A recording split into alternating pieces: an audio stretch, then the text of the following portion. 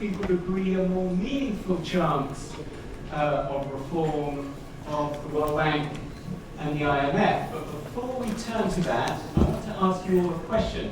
A number of people now like to say the following, that these are 20th century institutions tackling 21st century crises, or even struggling to tackle 20th century crises. What do you say to that? I think it's very useful to put it in context. Thank you. So let me just take... La question aujourd'hui, pour les institutions internationales financières, comme la Banque mondiale, comme le Fonds monétaire, c'est que le monde n'est plus le même monde qui existait quand ces institutions ont été créées il y a maintenant 75 ans, après la Deuxième Guerre mondiale. D'abord, le poids relatif économique des pays a beaucoup changé. Les pays comme la Chine, comme l'Inde, comme tous les pays, comment dire, en voie de développement, sont beaucoup plus importants aujourd'hui qu'il n'était le cas il y a 75 ans. Donc ça doit être reflété dans la gouvernance de ces institutions. Donc, premier point important. Deuxième point, c'est que les questions qui nous préoccupent aujourd'hui, la question du climat et comment le changement de climat va avoir un impact sur la vie quotidienne des citoyens de nos pays. La question des pandémies. Donc, on vient sortir du Covid-19, mais ce n'est pas la dernière pandémie que nous aurons. Donc, la question de la sécurité alimentaire. Toutes ces questions sont des questions un peu nouvelles pour ces institutions.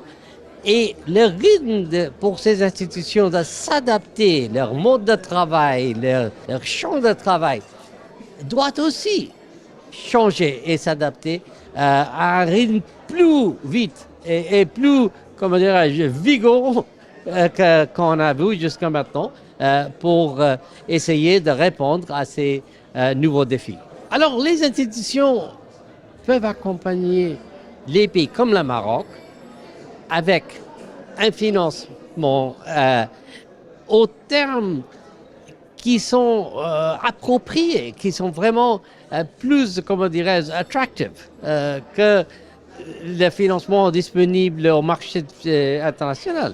Mais avec le financement, il y a aussi une assistance technique pour la préparation de ces projets, pour voir comment ces projets peuvent aussi s'inscrire dans le développement du système énergétique plus large pour le Maroc.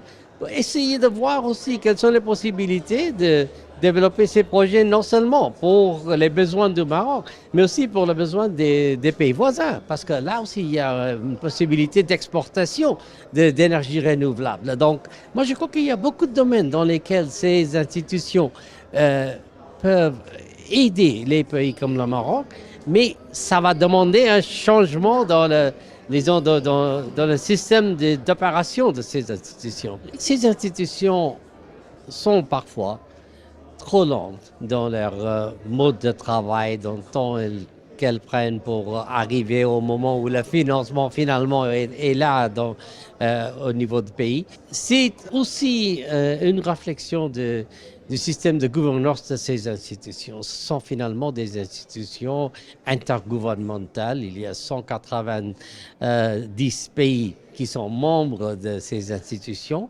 Et donc, pour prendre des décisions financières dans des institutions dirigées par 199 pays, ça prend un peu plus de temps.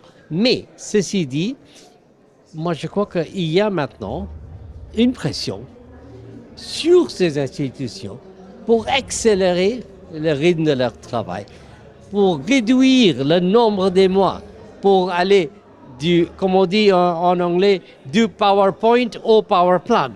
Vous voyez, ça prend beaucoup de temps pour finalement finaliser la préparation de ces projets.